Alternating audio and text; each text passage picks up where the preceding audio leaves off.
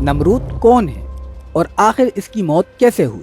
کیا نمرود انبیاء کی اولادوں میں سے ہے؟ میں ہوں حمزہ احمد صدیقی اور آپ دیکھ رہے ہیں وصل یار۔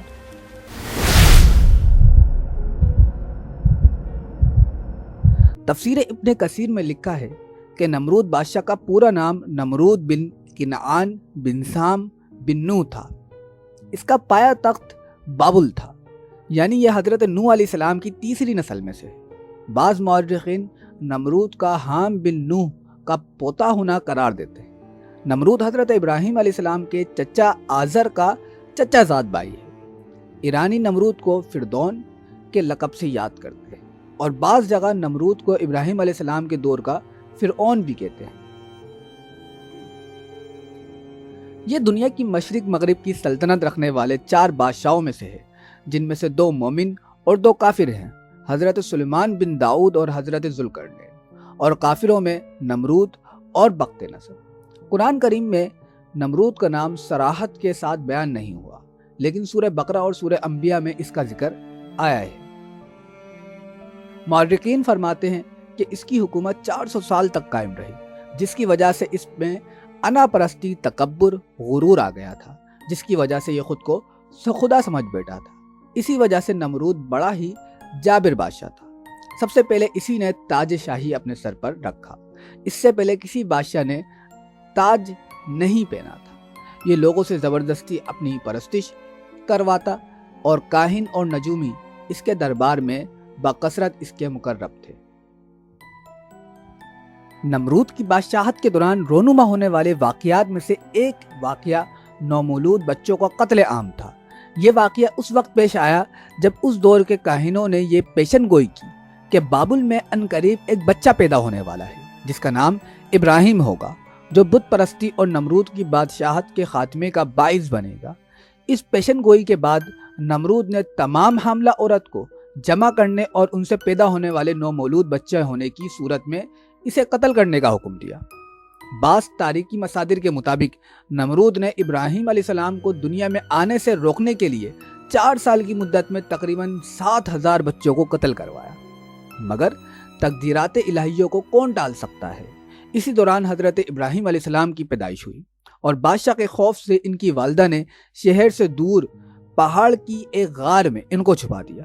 اسی غار میں چھپ کر ان کی والدہ روزانہ دودھ پلایا کرتی تھی۔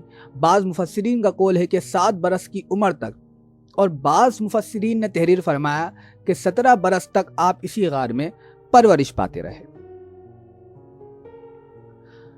اسی طرح نمرود کا محل مختلف قیمتی پتھروں کی بنائے ہوئے قیمتی بتوں سے بھرا ہوا تھا۔ نمرود بتوں کی پوجا کرنے کے ساتھ ساتھ خود کو بھی خدائی کا دعویٰ کرتا، لیکن جب حضرت ابراہیم علیہ السلام نے توحید کی دعوت دینا شروع کی اور بت پرستی کا انکار کیا تو نمرود آپ کے مخالف ہو گیا، اور جب حضرت ابراہیم علیہ السلام نے جب شہر کے بتوں کو توڑ دیا تو ابراہیم علیہ السلام کو نمرود کے سامنے پیش کیا گیا اور نمرود کو ایک مناظرہ کا سامنا کرنا پڑا، جس کو قرآن نے سورہ بقرہ میں بیان کیا۔ اس مناظرے میں حضرت ابراہیم علیہ السلام نے کہا، میرا خدا لوگوں کی زندگی اور موت کا مالک ہے۔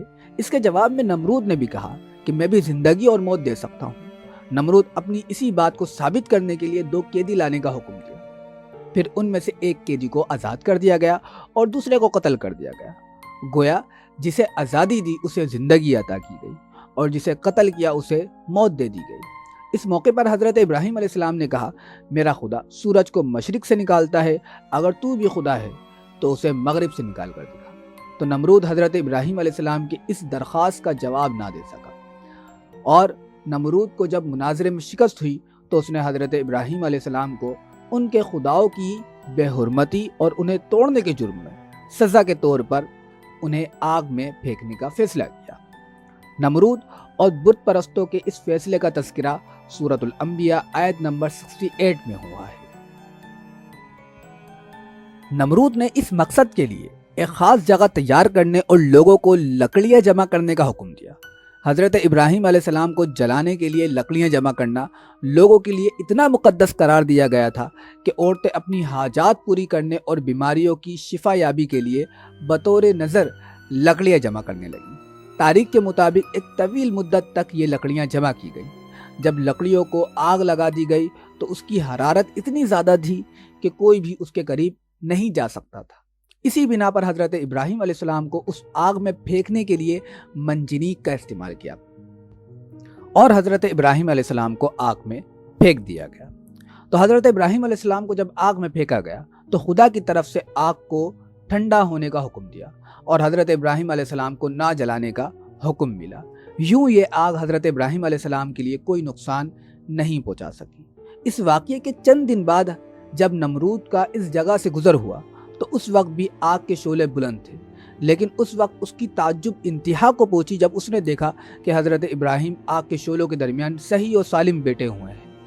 اس نے حضرت ابراہیم علیہ السلام کو نزدیک سے دیکھنے کے لیے ایک بلند مینار تیار کرنے کا حکم دیا تاکہ اس پر جا کر آگ کے شعلوں کے درمیان حضرت ابراہیم کو دیکھا جا سکے۔